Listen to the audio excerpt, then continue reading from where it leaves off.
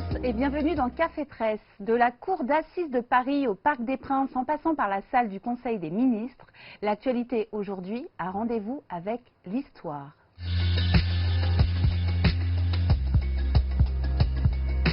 Un double réquisitoire et le poids de l'histoire. Libération revient sur la journée de mardi au procès des attentats de janvier 2015. Dans un marathon à deux voix, je cite, Julie Olvec et Jean-Michel Bourlès ont livré leur réquisitoire tant attendu devant la cour d'assises spécialement composée, chargée de juger les crimes terroristes commis les 7, 8 et 9 janvier 2015 par les frères Kouachi et Amédi Koulibaly.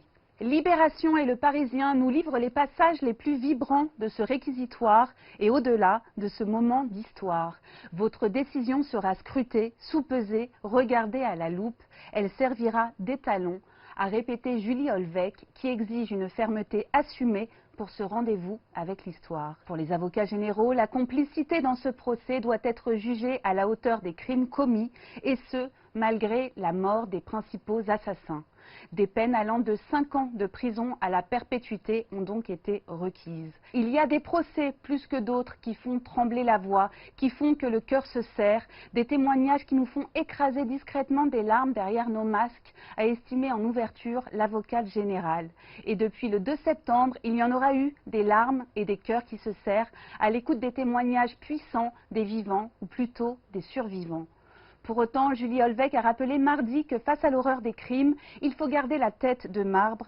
Si l'émotion est présente, elle doit se taire lorsque nous revêtons cette robe de magistrat. Le verdict, attendu pour le 16 décembre, sera une date qui entrera dans l'histoire et dont la décision sera scrutée par l'ensemble de nos concitoyens, mais aussi par les acteurs de la scène internationale.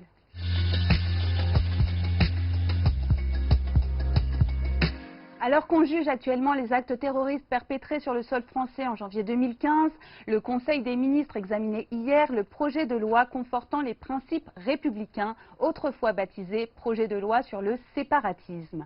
Comme le rappelle Libération, le choix du 9 décembre n'est pas anodin et affiche la volonté d'Emmanuel Macron d'inscrire dans l'histoire ce texte majeur de son quinquennat. Le 9 décembre 1905 était adoptée la loi séparant les églises de l'État. Libération cite les propos d'Aristide Briand, rapporteur de la loi à l'époque, propos qui résonnent étonnamment avec l'actualité. Certains de nos amis ont, je le sais, éprouvé quelques mécontentements à ne pouvoir donner à la loi le caractère combatif qu'ils espéraient. Mais je prétends que ce n'est point un progrès, celui qui se traduit par un coup de poing en pleine figure. 115 ans plus tard, le texte présenté en Conseil des ministres est jugé maladroit pour Libération, qui promet, je cite, des semaines de bataille épuisantes en interne comme face à l'opposition qui n'en demandait pas tant. De son côté, le Figaro aurait pu figurer parmi les déçus de 1905, jugeant ce projet de loi insuffisant et regrettant qu'Emmanuel Macron revoie ses ambitions à la baisse.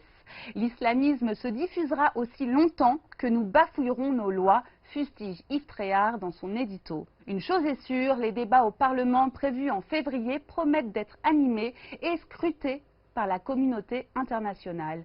Le président turc Erdogan avait qualifié de provocation le texte présenté aux Mureaux en octobre dernier.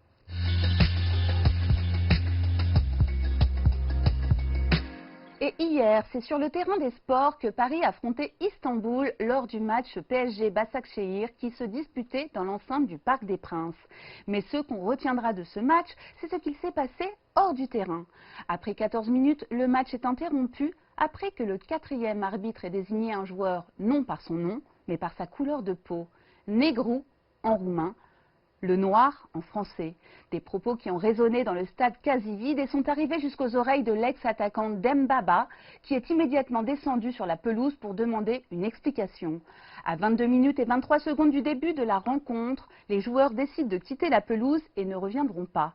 Un match qui va faire date selon l'ex-international Olivier Dacour. Selon le journal L'Équipe, en quittant la pelouse du Parc des Princes, les joueurs d'Istanbul, Başakşehir et ceux du Paris Saint-Germain ont accompli un geste d'une dimension inédite et d'une incroyable portée. Paris et Istanbul, main dans la main, unis contre le racisme à travers leur équipe de football. Une image pour l'histoire. Bonne journée à tous et à demain.